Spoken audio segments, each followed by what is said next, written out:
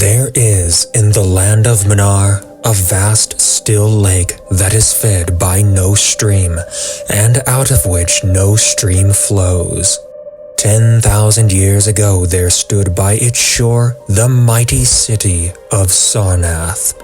But Sarnath stands there no more.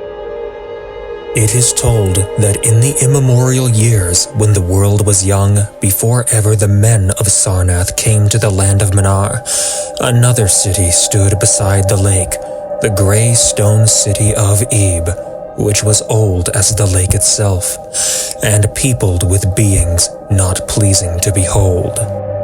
Very odd and ugly were these beings, as indeed are most beings of a world yet inchoate and rudely fashioned.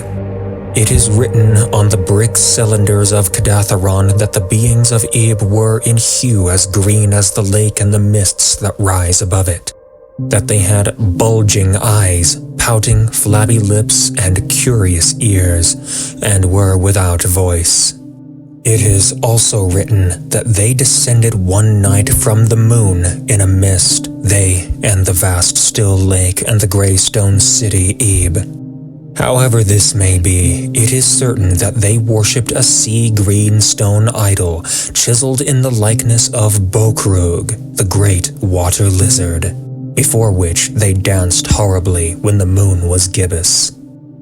And it is written in the papyrus of Ilarnak that they one day discovered fire and thereafter kindled flames on many ceremonial occasions. But not much is written of these beings because they lived in very ancient times, and man is young and knows little of the very ancient living things. After many aeons, men came to the land of Manar, dark shepherd folk with their fleecy flocks, who built Thra, Ilarnak, and Kadatheron on the winding river Ai. And certain tribes, more hardy than the rest, pushed on to the border of the lake and built Sarnath, at a spot where precious metals were found in the earth. Not far from the grey city of Ib did the wandering tribes lay the first stones of Sarnath, and at the beings of Ib they marveled greatly. But with their marveling was mixed hate, for they thought it not meet that beings of such aspect should walk about the world of men at dusk. Nor did they like the strange sculptures upon the grey monoliths of Ib, for those sculptures were terrible, with great antiquity. Why the beings and the sculptures lingered so late in the world, even until the coming of men, none can tell, unless it was because the land of Manar is very still and remote from most other lands, both of waking and of dream. As the men of Sarnath beheld more of the beings of Ib, their hate grew, and it was not less because they found the beings weak and soft as jelly to the touch of stones and spears and arrows. So one day the young warriors, the slingers and the spearmen and the bowmen marched against Ib and slew all the inhabitants thereof, pushing the queer bodies into the lake with long spears because they did not wish to touch them. And because they did not like the grey sculptured monoliths of Ib, they cast these also into the lake, wondering from the greatness of the labor how ever the stones were brought from afar, as they must have been, since there is naught like them in all the land of Manar, or in the lands adjacent. Thus in the very ancient city of Ib was nothing spared, save the sea-green stone idol chiseled in the likeness of Bokrug, the water lizard. This the young warriors brought back with them to Sarnath as a symbol of conquest over the old gods and beings of Ib, and a sign of leadership in Manar. But on the night after it was set up in the temple, a terrible thing must have happened, for weird lights were seen over the lake, and in the morning the people found the idol gone, and the high priest Taran Ish lying dead, as from some fear unspeakable. And before he died, Tar-Ish had scrawled upon the altar of chrysolite with coarse, shaky strokes the sign of doom. After Tar-Ish, there were many high priests in Sarnath, but never was the sea greenstone idol found. And many centuries came and went, wherein Sarnath prospered exceedingly, so that only priests and old women remembered what Tar-Ish had scrawled upon the altar of chrysolite. Betwixt Sarnath and the city of Ilarnak arose a caravan route, and the precious metals from the earth were exchanged for other metals and rare cloths and jewels and books and tools, for artificers and all things of luxury that are known to the people who dwell along the winding river Ai and beyond. So Sarnath waxed mighty and learned and beautiful, and sent forth conquering armies to subdue the neighboring cities. And in time there sate upon a throne in Sarnath the kings of all the land of Minar, and of many lands adjacent. The wonder of the world and the pride of all mankind was Sarnath the Magnificent. Of polished desert-quarried marble were its walls, in height 300 cubits and breadth 75, so that chariots might pass each other as men drave them along the top. For full 500 stadia did they run, being open only on the side toward the lake, where a green stone sea wall kept back the waves that rose oddly once a year at the festival of the destroying of Ib. In Sarnath were 50 streets from the lake to the gates of the caravans, and 50 more intersecting them. With onyx they were paved, save those whereon the horses and camels and elephants trod, which were paved with granite. And the gates of Sarnath were as many as the lowland ends of the streets, each of bronze, and flanked by the figures of lions and elephants carven from some stone no longer known among men. The houses of Sarnath were of glazed brick and chalcedony, each having its walled garden and crystal lakelet. With strange art were they builded, for no other city had houses like them, and travelers from Thra and Ilarnak and Kadatheron marveled at the shining domes wherewith they were surmounted. But more marvelous still were the palaces and the temples and the gardens made by Zokar, the olden king. There were many palaces, the least of which were mightier than any in Thra or Ilarnak or Kadatheron. So high were they that one might sometimes fancy himself beneath only the sky, yet when lighted with torches dipped in the oil of Dothor, their walls showed vast paintings of kings and armies, of a splendor at once inspiring and stupefying to the beholder. Many were the pillars of the palaces, all of tinted marble and carven into designs of surpassing beauty.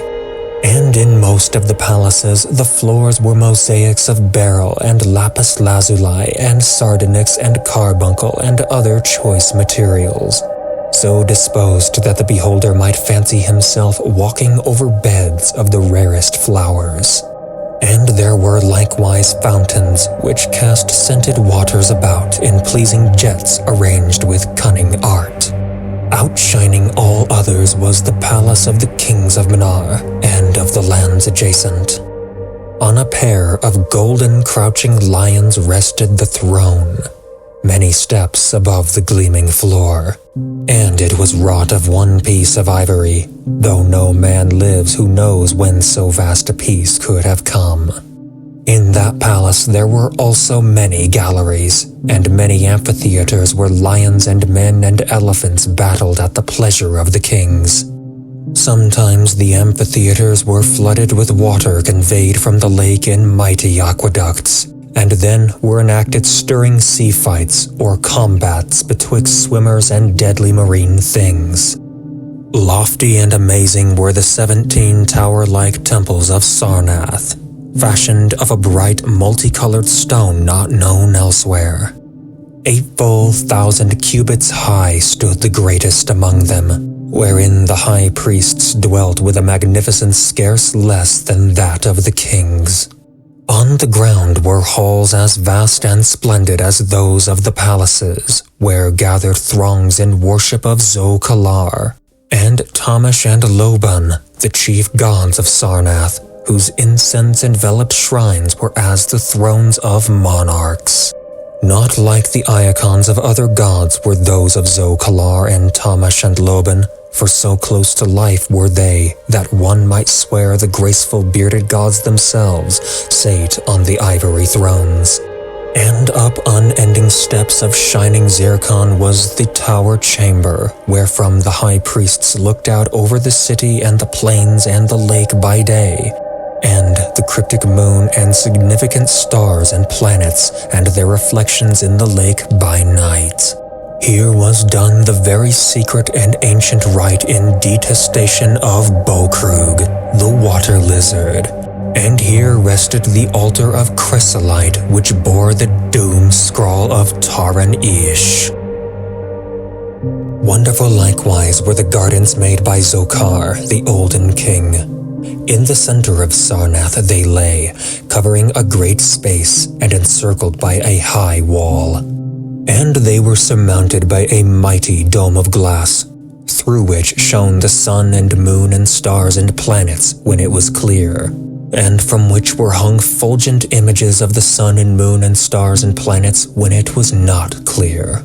In summer, the gardens were cooled with fresh odorous breezes skillfully wafted by fans, and in winter they were heated with concealed fires, so that in those gardens it was always spring.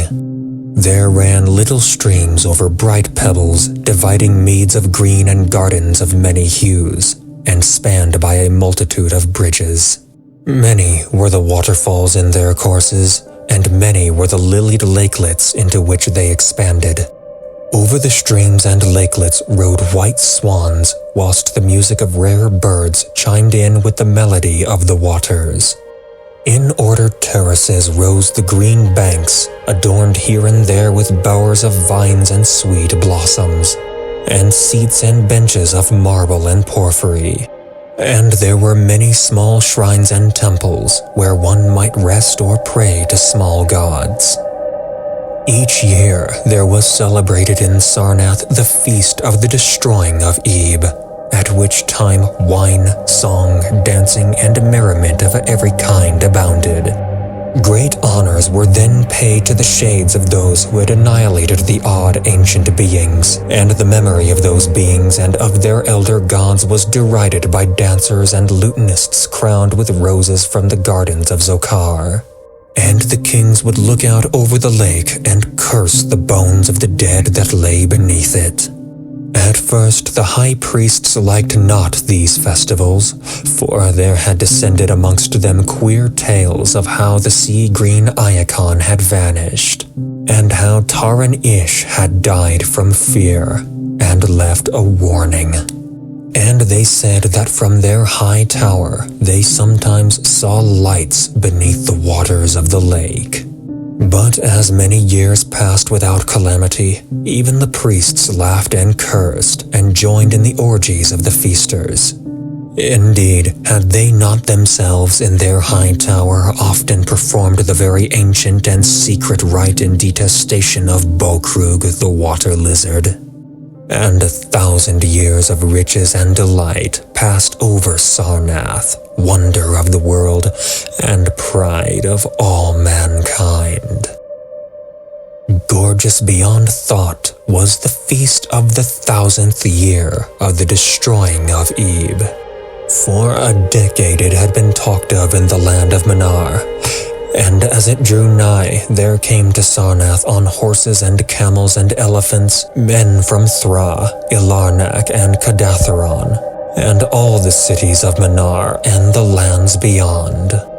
Before the marble walls on the appointed night were pitched the pavilions of princes and the tents of travelers, and all the shore resounded with the song of happy revelers. Within his banquet hall reclined Nargis Hay, the king, drunken with ancient wine from the vaults of conquered Nath, and surrounded by feasting nobles and hurrying slaves. There were eaten many strange delicacies at that feast. Peacocks from the Isles of Nariel in the Middle Ocean, young goats from the distant hills of Implan, heels of camels from the Nazik Desert, nuts and spices from the Sadathrian groves, and pearls from wave-washed metal dissolved in the vinegar of Thra. Of sauces there were an untold number, prepared by the subtlest cooks in all Manar, and suited to the palate of every feaster. But most prized of all the viands were the great fishes from the lake, each of vast size, and served up on golden platters set with rubies and diamonds. Whilst the king and his nobles feasted within the palace and viewed the crowning dish as it awaited them on golden platters, others feasted elsewhere. In the tower of the great temple the priests held revels, and in the pavilions without the walls the princes of neighboring lands made merry. And it was the high priest Naika who first saw the shadows that descended from the gibbous moon into the lake, and the damnable green mists that arose from the lake to meet the moon and to shroud in a sinister haze the towers and the domes of fated Sarnath. Thereafter, those in the towers and without the walls beheld the strange lights on the water, and saw that the grey rock Akurion, which was wont to rear high above it near the shore, was almost submerged. And fear grew vaguely yet swiftly, so that the princes of Ilanak and Far Rokal took down and folded their tents and pavilions and departed for the River Ai, though they scarce knew the reason for their departing. Then, close to the hour of midnight, all the bronze gates of Sarnath burst open and emptied forth a frenzied throng that blackened the plain, so that all the visiting princes and travelers fled away in fright. For on the faces of this throng was writ a madness born of horror unendurable, and on their tongues were words so terrible that no hearer paused for proof. Men whose eyes were wild with fear shrieked aloud at the sight within the king's banquet hall, where through the windows were seen no longer the forms of Nargis High and his nobles and slaves, but a horde of indescribable green, voiceless things with bulging eyes, pouting, flabby lips, and curious ears. Things which danced horribly, bearing in their paws golden platters set with rubies and diamonds containing uncouth flames. And the princes and travelers, as they fled from the doomed city of Sarnath on horses and camels and elephants, looked again upon the mist-begetting lake and saw the grey rock Akurion was quite submerged. Through all the land of Manar and the lands adjacent spread the tales of those who had fled from Sarnath, and caravans sought that accursed city and its precious metals no more. It was long ere any traveler went thither, and even then only the brave and adventurous young men of distant Felona dared make the journey.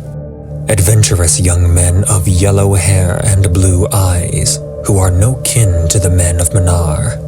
These men indeed went to the lake to view Sarnath, but though they found the vast still lake itself and the grey rock Akurion which rears high above it near the shore, they beheld not the wonder of the world and the pride of all mankind. Where once had risen walls of 300 cubits and towers yet higher, now stretched only the marshy shore. And where once had dwelt 50 millions of men, now crawled only the detestable green water lizard. Not even the mines of precious metal remained, for doom had come to Sarnath. But half buried in the rushes was spied a curious green idol of stone, an exceedingly ancient idol, coated with seaweed and chiseled in the likeness of Bokrug, the great water lizard. That idol, enshrined in the high temple at Ilarneg, was subsequently worshipped beneath the gibbous moon throughout the land of Manar.